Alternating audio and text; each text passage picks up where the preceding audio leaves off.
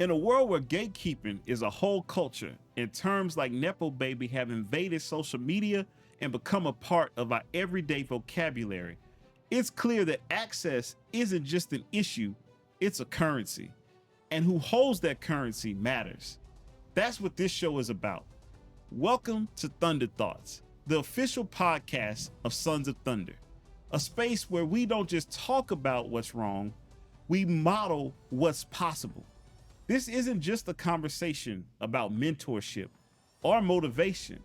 It's about infrastructure, the how we build pipelines of power for young Black men who have the drive, the faith, the vision, but need that first yes to unlock it. This episode isn't a think piece, it's a blueprint. We're joined today by former Louisiana Governor John Bel Edwards, a leader who comes from generations of public service, but who chose to use his position not just to preserve legacy, but to expand it. One of the most critical decisions he made as governor was embracing diversity in his cabinet, including the appointment of my own twin brother, Joseph Hollins, as his confidential assistant. That's not a ceremonial role. That's the person who's with the governor from morning to night, riding with him, sitting in policy meetings, making sure that his day's moving along, managing pressure behind the scenes, and it's an intimate role that requires trust, judgment, and presence. But what makes this story special is what happened next. Joe, instead of closing the door when he went on to better opportunities, he passed the baton. He put my dear brother and friend, Donald Dunbar, up for the role. Another young Black man, just as sharp, just as hungry, and Donald used that opportunity to launch a powerful career, now working on major stages like the Super Bowl and now leading in the philanthropic side of sports and community. This is a story about what happens when proximity meets preparation, when someone in power sees the potential in others, and when those who receive access turn it into something bigger than themselves, across generational, familial, and racial lines. If you're listening right now and you've ever wondered, who's looking out for the next generation of leaders? You are in the right place. Let's jump in to this conversation, the first episode of Thunder Thoughts. This first episode I like to call The Power of the Past. Gentlemen, thank you all for joining us for this inaugural first episode of Thunder Thoughts, a project of Sons of Thunder. Really honored to have our governor, John Bel Edwards, with us to make the time today. And, you know, Governor, one of the things that is often talked about in leadership is legacy. And you come from a lineage of legacy. When you think about the legacy of public service in your family, how did that play into you becoming governor with your father, grandfather, and law enforcement, and just your family being public servants? Seeing that, how did that become a part of who you are and what we've seen you become today? Well, first of all, it's great to be here with you, Josh, and Joseph and Donald. But I was raised by parents who believed in public service. So being in elective office was something that I aspired to, not at the governor level at all, but growing up with my dad, sheriff, I thought I would run for sheriff one day. But I was in the Army and my brother beat me to it. And so when sheriff's position was taken, I decided to run for state representative.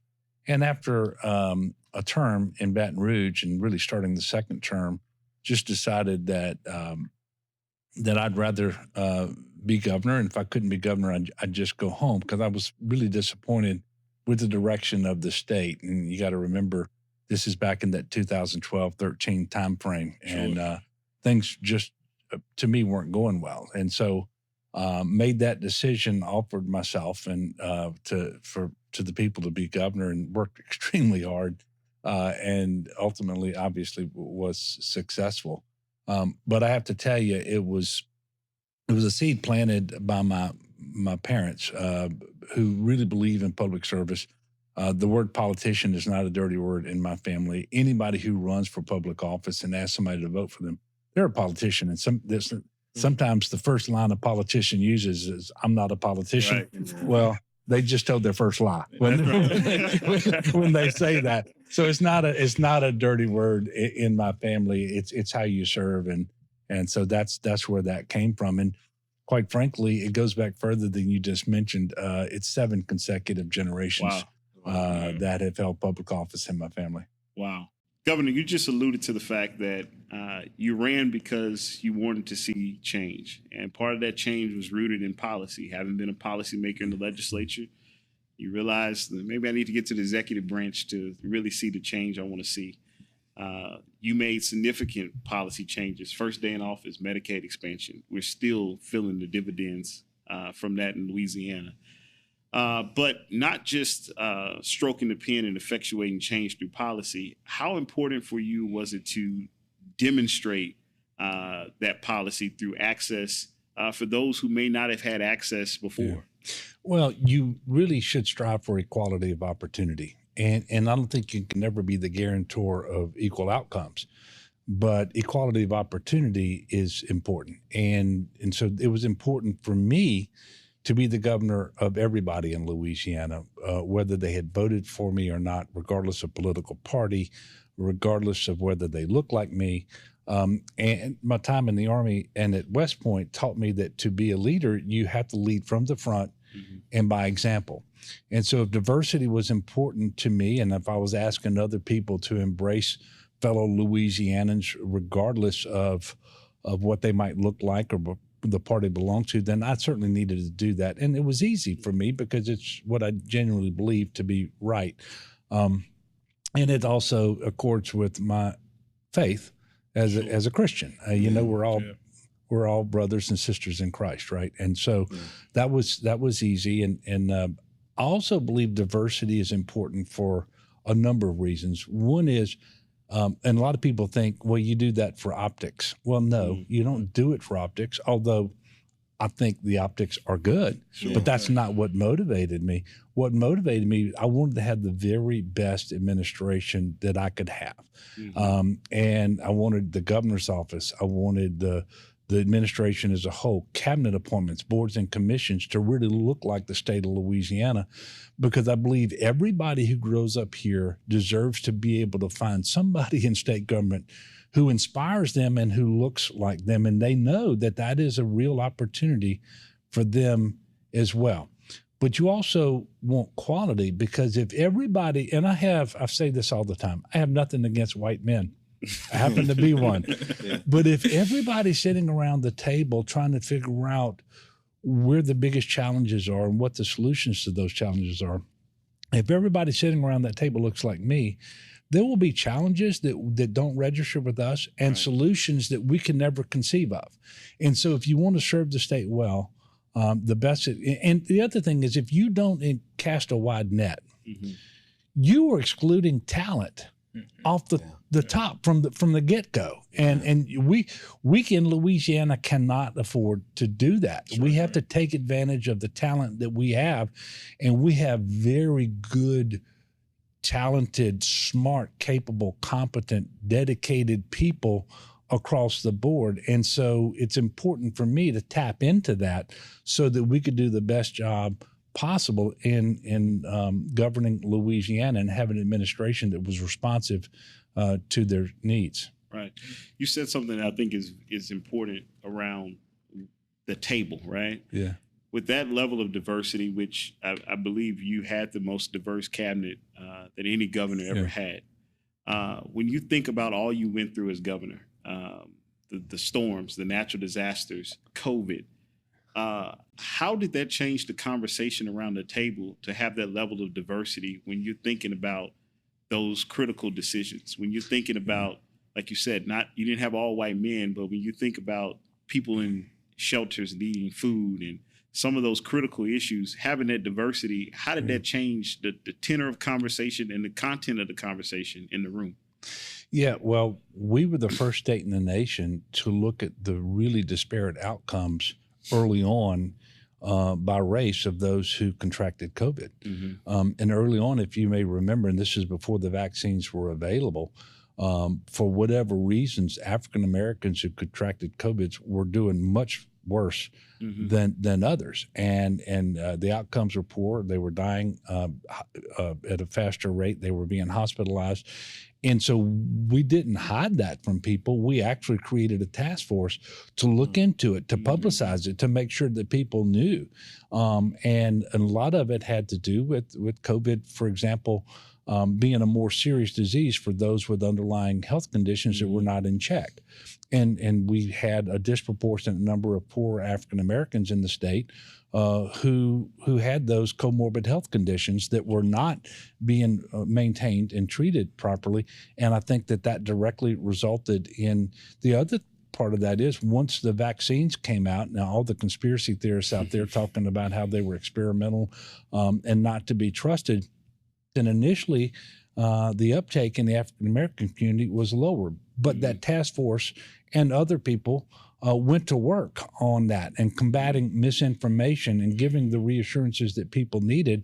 And then before the end of the vaccination program, African Americans were being vaccinated at a higher rate than others. And so, but had we not had the people around the table to explain to everybody, exactly what was going on and what we could do and how we could use civic organizations and the churches.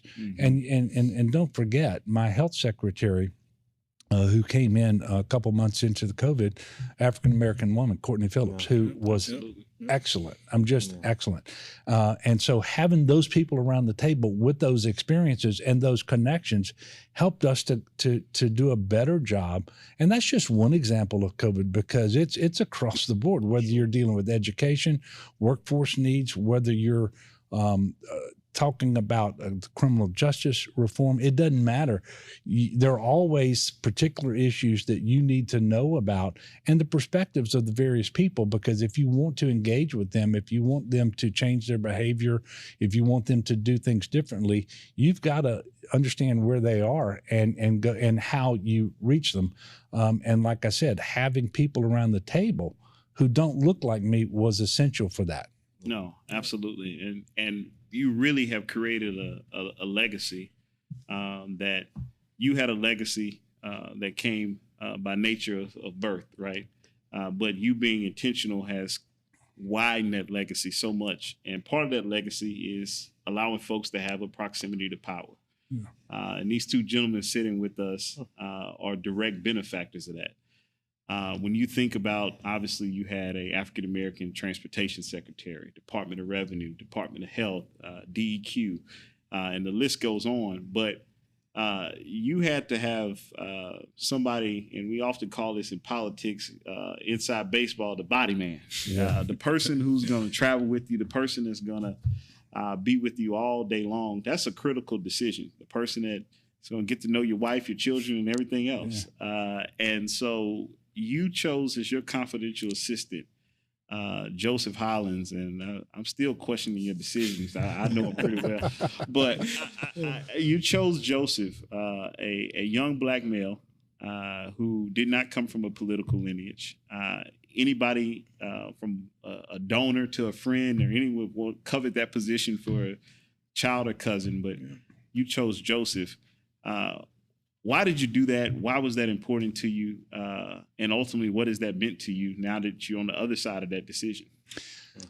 Well, I was looking for a confidential assistant. I had already had a couple in my first term, and they went on to other jobs, bigger and better things, which I was very happy for them. And then another African-American female cabinet member, Ava Dejois at the time, and now Ava Dejois Cates, because she married Judge Sidney Cates. But she was Secretary of the Workforce Commission, and Joseph worked for her. I knew of Joseph. I didn't know Joseph well.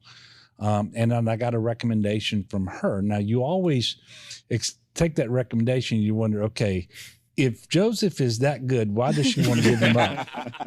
And so I was thinking, okay, maybe she's wanting to push her problem onto me. So I said, okay, let me talk to Joseph, and we'll take a look at that. But no, I really am just kidding. I implicitly trusted Ava's judgment and her counsel, and so I was happy to talk to Joseph and hired him. And I don't know that Joseph knew what he was getting in for, because it really is a job that very often is 7 days a week. And it starts extremely early in the morning. You get home late at night, and you travel. Joseph will tell you he traveled all over the state. He didn't quite get to do what Donald did with some other travel, but he was with me, during the re-election. So, for example, that's one of the toughest periods, because you're still governing. Sure. You have every responsibility as governor, but you're also working to get re-elected, and so your days actually become longer, and the job is actually harder. And confidential assistants are just that. I mean, they are with you. They hear every conversation you have. They know who you're meeting with, and what your strategy is as it relates to politics and as it relates to governing. And quite frankly, on occasion, solicited or not, they give you the benefit of their opinion about things. And so if you have someone with you that you trust, that you have regard for their intellect and their ability, then it just makes all of that easier.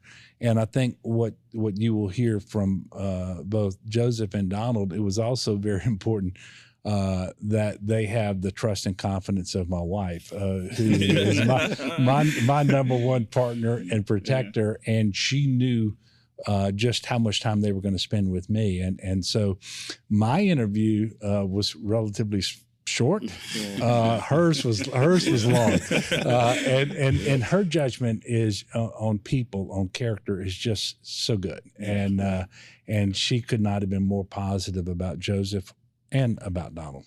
Yeah, absolutely. So Joe, the governor just said, you probably didn't know what you were getting into.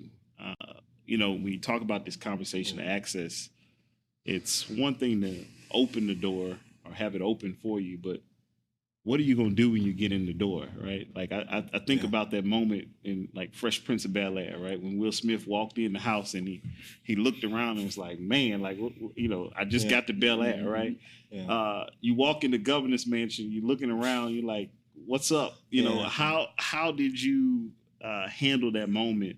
And how did you mentally and really spiritually prepare to be able to do the job?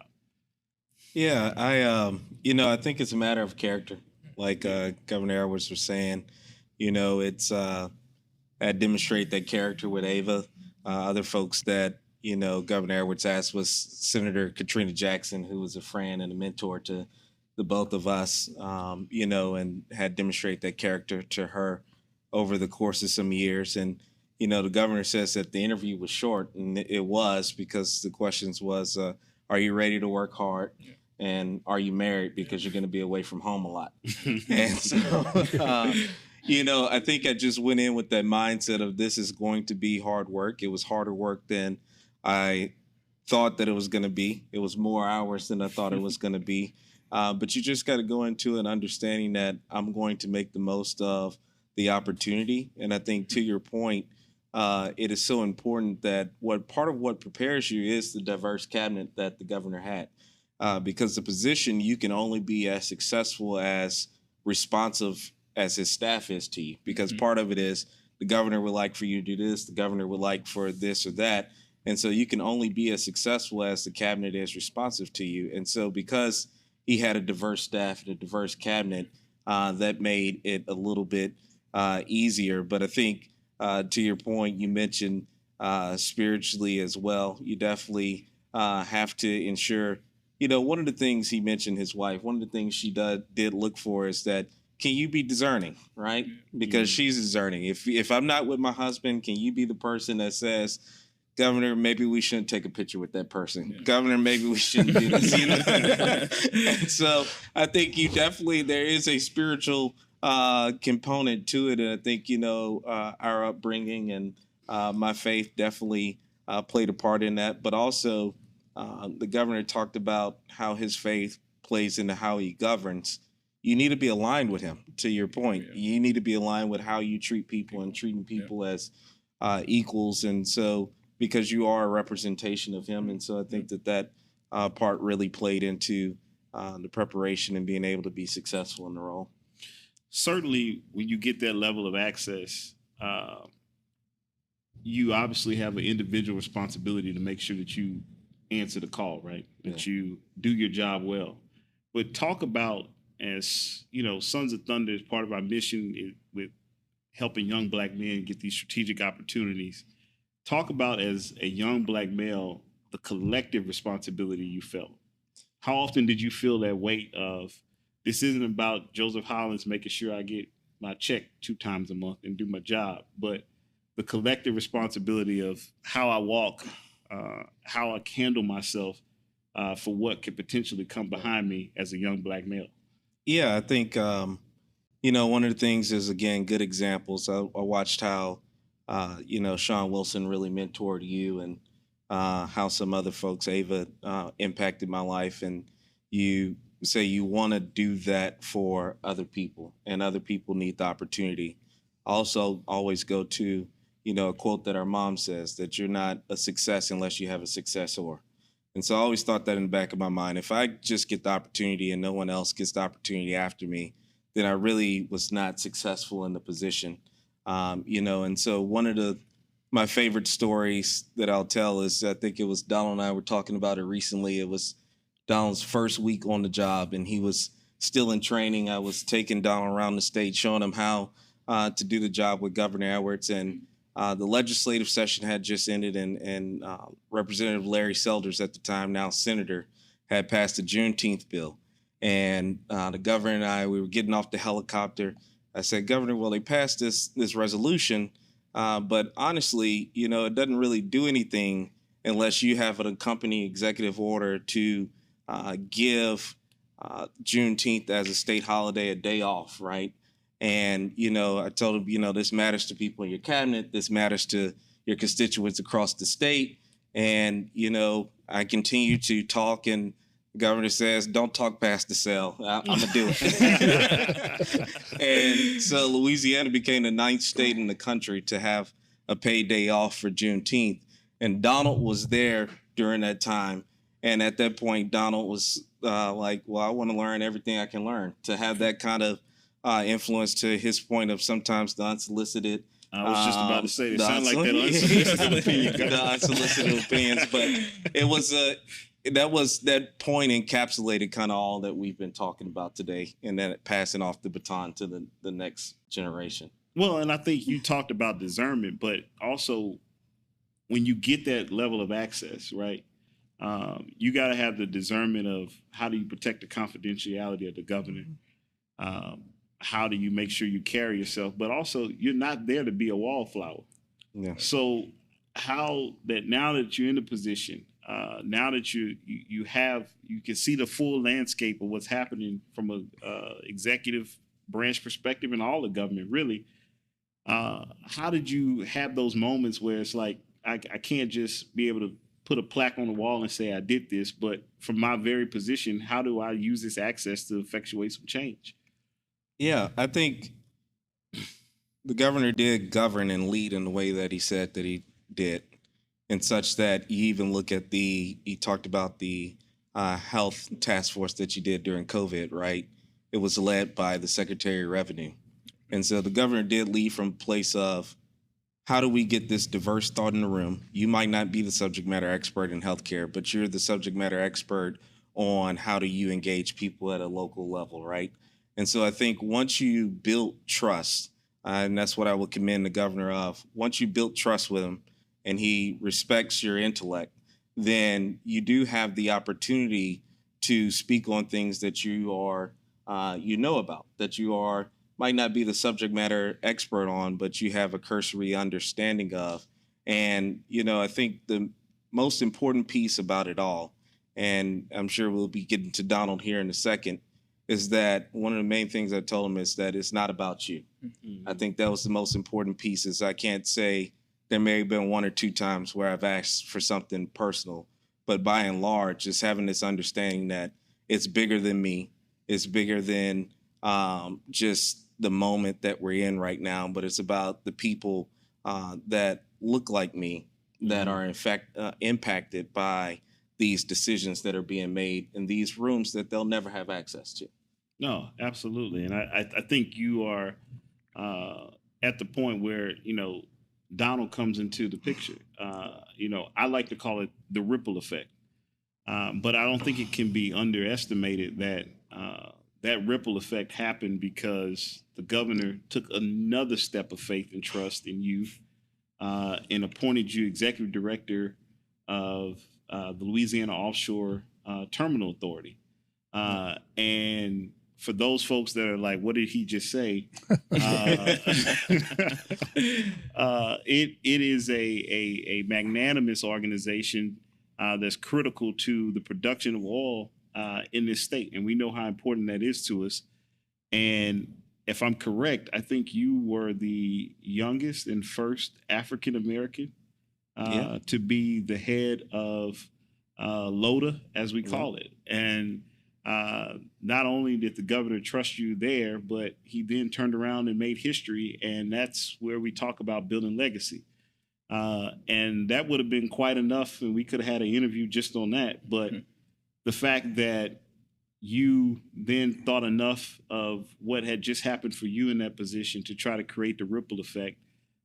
Talk to us about your waning days as the confidential assistant, what that looked like as the governor was trying to replace you, and how the recommendation, Donald, how did that all come about? Yeah, so it was a fun and interesting time, to say the least. It's a lot of details that I won't bore the audience with, but when the governor offered the opportunity again, we continue to go back to my good friend, Miss Donna. Both of them said, you can't take this new opportunity unless you help us find somebody that, is just as good or better than you in this role. And so that is, a hard thing, trying to think of folks, as you talk about those that have character, those that are going to use the access and the influence for people other than themselves. It goes to the governor's point. You may be a politician or whatever, but you have to have a mindset of public service. And so then we just kind of begin to think about who are those people that have demonstrated that track record that they're here to service people. Because, the interesting thing about some of these jobs is I tell people I don't really, I never thought I would go this far in terms of politics, and I don't particularly love it, but that doesn't make me not gifted for it. And so there's that fine balance of finding people that are gifted at it, but they're not trying to be opportunist, quite honestly. And so as we looked at the landscape, the governor, another thing that he started was the Governor's Fellows Program. His chief of staff at the time, Mark Cooper, started that program, and Donald was in that program. And I saw Donald's work during that program, but not just his work during the program, his leadership as SGA president at Southern, his desire to be that true public servant. And I said, this is a guy that we probably need to have a little bit of conversation with. And so we were able to have that conversation because we knew he was a person of light character. He's a person that was willing to work hard, and he's a person that was willing to put other people ahead of himself, and a person that I knew if he got an opportunity to move on, he would be looking to pass the baton to the next person. Yeah. Now, Donald, so I think it's interesting that the governor has two Baton Rouge natives. The best thing comes out of Baton Rouge. But, we forgive you. You went to McKinley. But student body president at Southern, as Joe said, had gotten your toes wet a little bit around the process. But what was your mindset when you got the phone call? What was your mindset of going from governor fellow. You had obviously done some internship at LSU with sports and all those things, but now you're in the mansion now. What was your mindset when you got the call to step into the role? When I first got the call, I tell you, it was pretty surreal because I was questioning, why Donald? Why me? What have I done to be considered for such an opportunity? And I tell you, when I first started, Joseph said I had an orientation, but I saw Joseph maybe 3 times. He said, "Don't forget Don't forget the to-go coffee. Don't forget the blue folder, and don't forget the challenge coins." But in all seriousness, that really wasn't an opportunity. That was truly an honor of a lifetime. Because it was a job that, made me want to work harder, want to give my best self to the job every day, not only because the governor was doing it, but also because that I had someone who saw something in me that I didn't see in myself. Wow. And I thought that was special because I wanted to finish what Joseph started, right? I didn't want to let him down. I didn't want to let myself down. So I felt like I owed it to him to, finish the race, right? He passed me the baton and, finish the race. But, that was an opportunity of a lifetime just to see the ins and the outs of state government. And I had no political background, right? I served as the SGA president, but, serving as the confidential assistant to the governor, that's in the weeds. So, I didn't know what I was signing up for because it doesn't come with a job description. Yeah. And, my very first experience was Ida. Governor, I don't know if you remember, I started that June and Ida was in August. So my eyes are like huge, right? I'm like, what have I gotten myself into? But as you go, had never heard of a unified command no, group. never. But that was the opportunity of a lifetime. And I tell you, at that age, I was 22.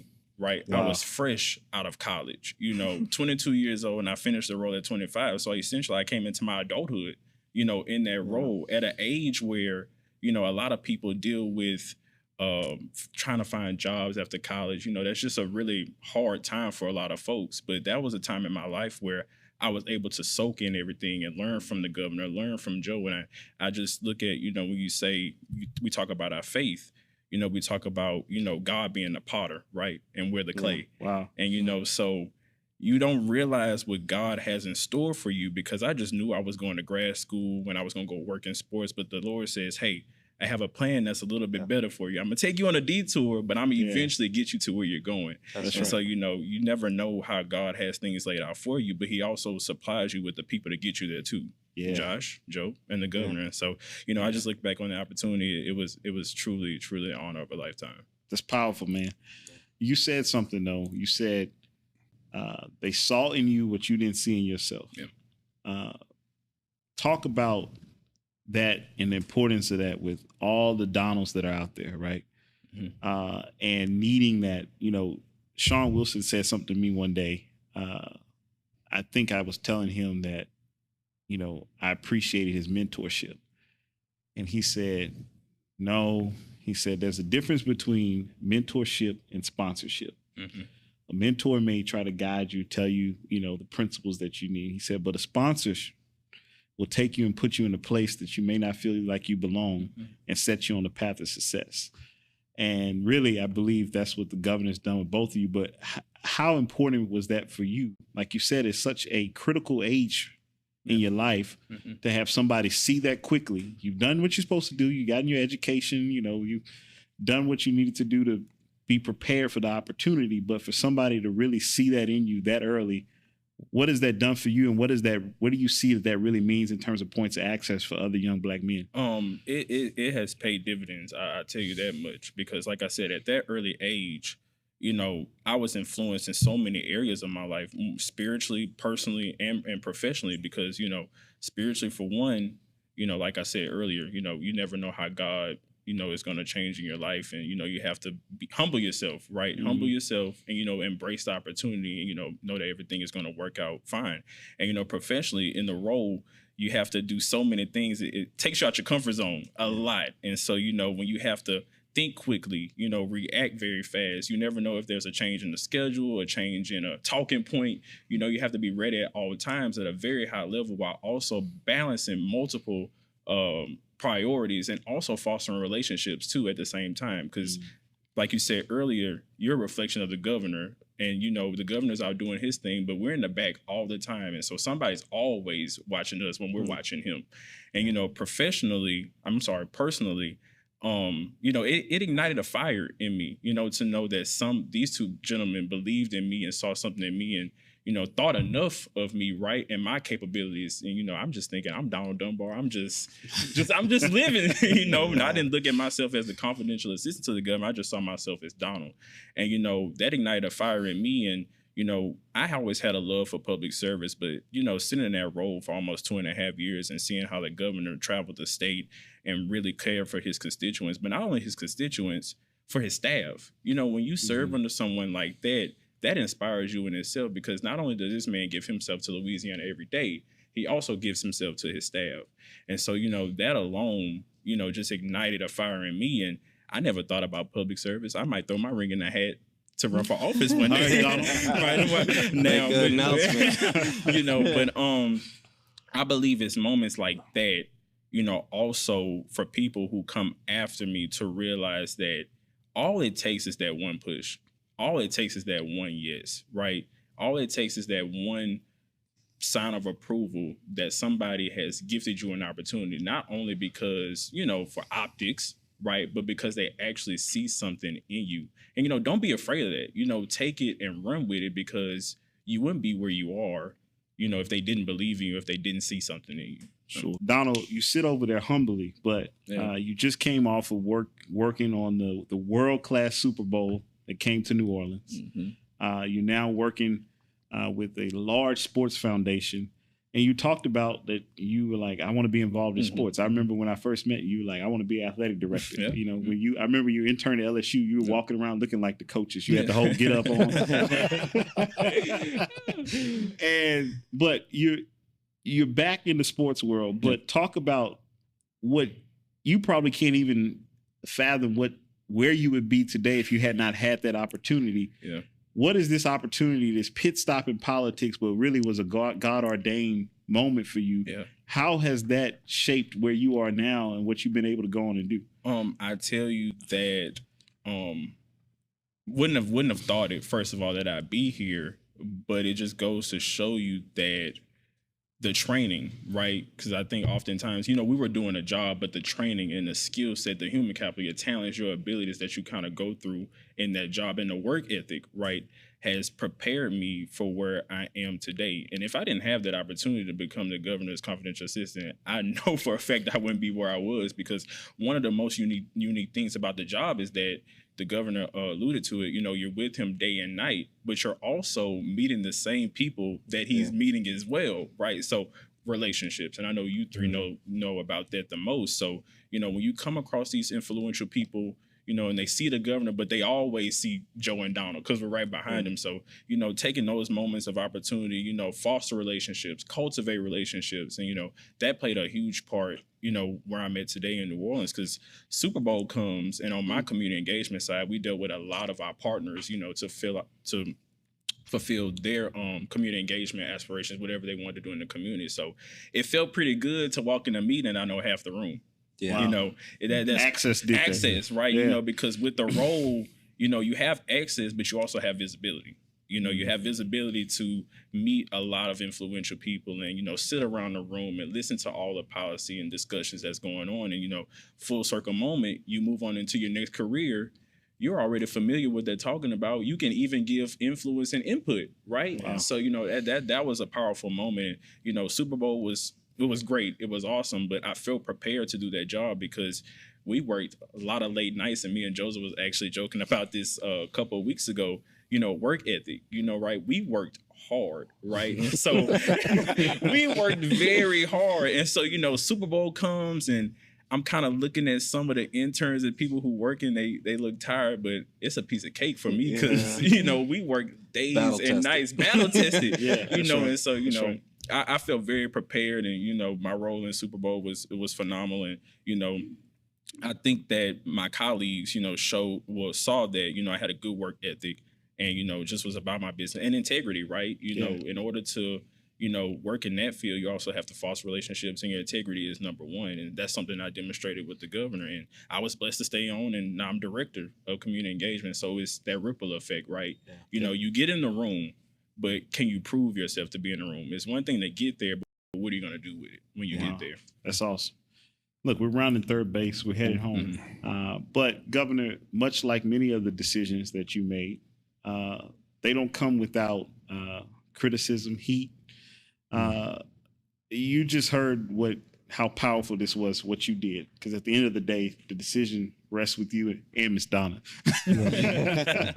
But talk about it. You are a white male in the South. You take one of the closest positions to you. You don't do it once.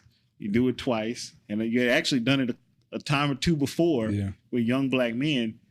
Talk about just how did you get criticism, how you managed that, the principal nature of what you were doing. Talk about that a little bit. The unfortunate reality about politics today is there's always somebody out there who is going to criticize you for what you say, what you do, or what you don't do, what you don't say, whatever. And look, sometimes that's constructive and you need to pay attention to it, and sometimes it's not. But yeah, there was criticism from people that, quite frankly, they just didn't see the value. They didn't appreciate diversity the way I did. They don't agree with my philosophy on it, as I articulated earlier. But at the end of the day, anybody who knows Joseph and Donald, who's watching this podcast, listening to it, they're not surprised by what they've heard. If they don't know them and they're watching and listening, now they can see what great young men they are, and it sort of validates the decision that I made to hire them. But really, I talked about at the outset equality of opportunity, but they have to excel. That's right. I couldn't do that for them. Right. And they're going to get to meet people, but if they don't make a good impression, that isn't going to help them, right? Yeah. Well, they're both doing wonderful today because, they made the most of the opportunity, but they did it themselves. I didn't do that for them. They favorably impressed the people that they met, and so forth. And then to answer your question in slightly a different way, I never one time asked a board or a commission to hire a certain individual or to not hire a certain individual. Once I put somebody on the board, I put them there because I believed they would be a good board member, and individually and collectively, they would be able to make the right decision for the state of Louisiana. But it may be that some of those board members were inspired by things we were doing throughout the administration. If you allow everybody to make sure that if they are talented, that can rise to the top and they'll get an opportunity to put that talent to work. And it could be that I can't tell you that because I hired Joseph, they turned around and hired. They'll take, but it's sort of a mentality. But there's the opposite side to that.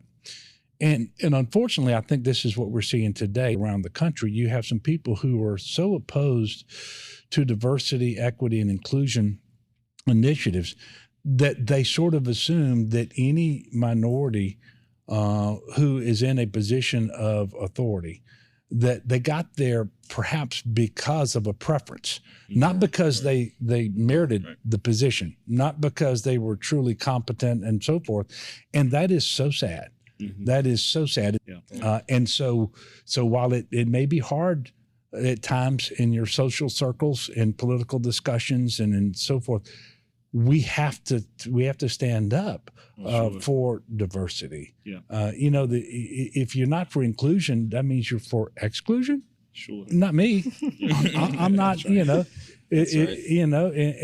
Anyway, so that's enough on the soapbox. But it sort of demonstrates these two young men. It sort of demonstrates everything that we've been talking about today.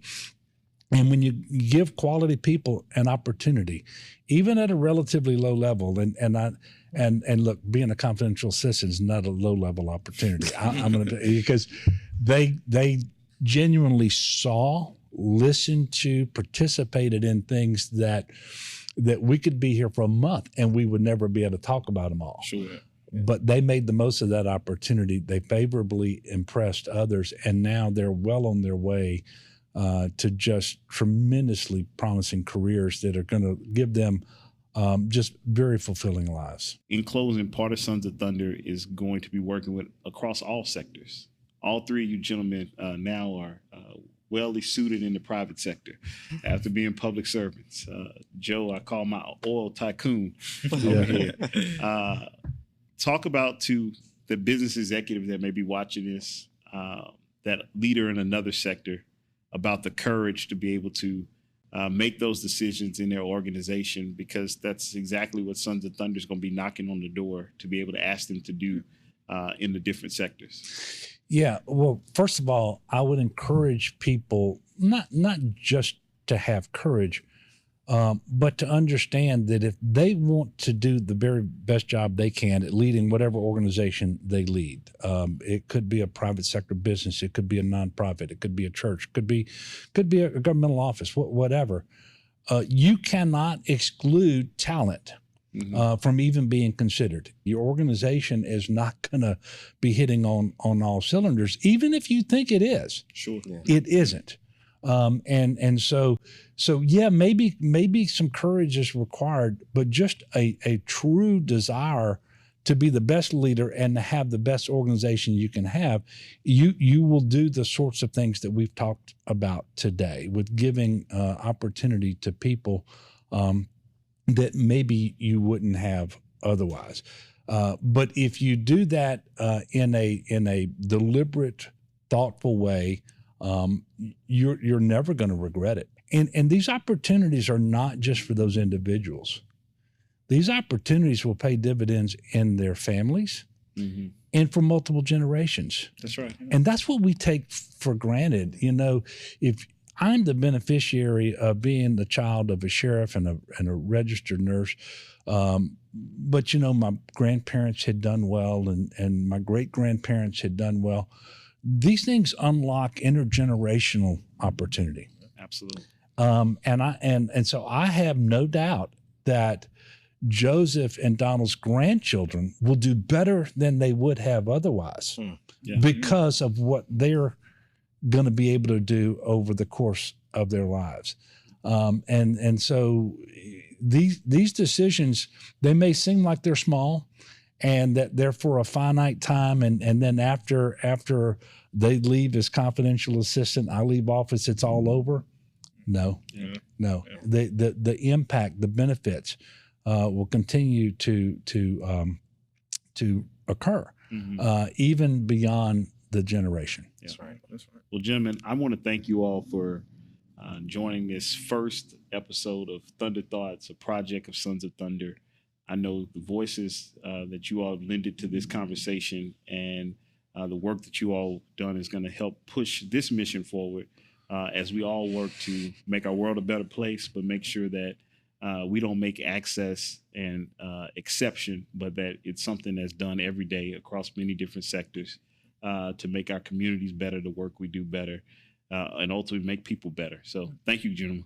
Thank you. Josh. Appreciate it. Great. Governor Edwards extended the trust.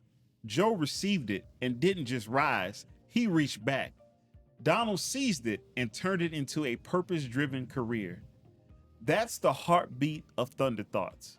We're not here just to tell stories. We're here to challenge systems, build new lanes, and make access the expectation and not the exception.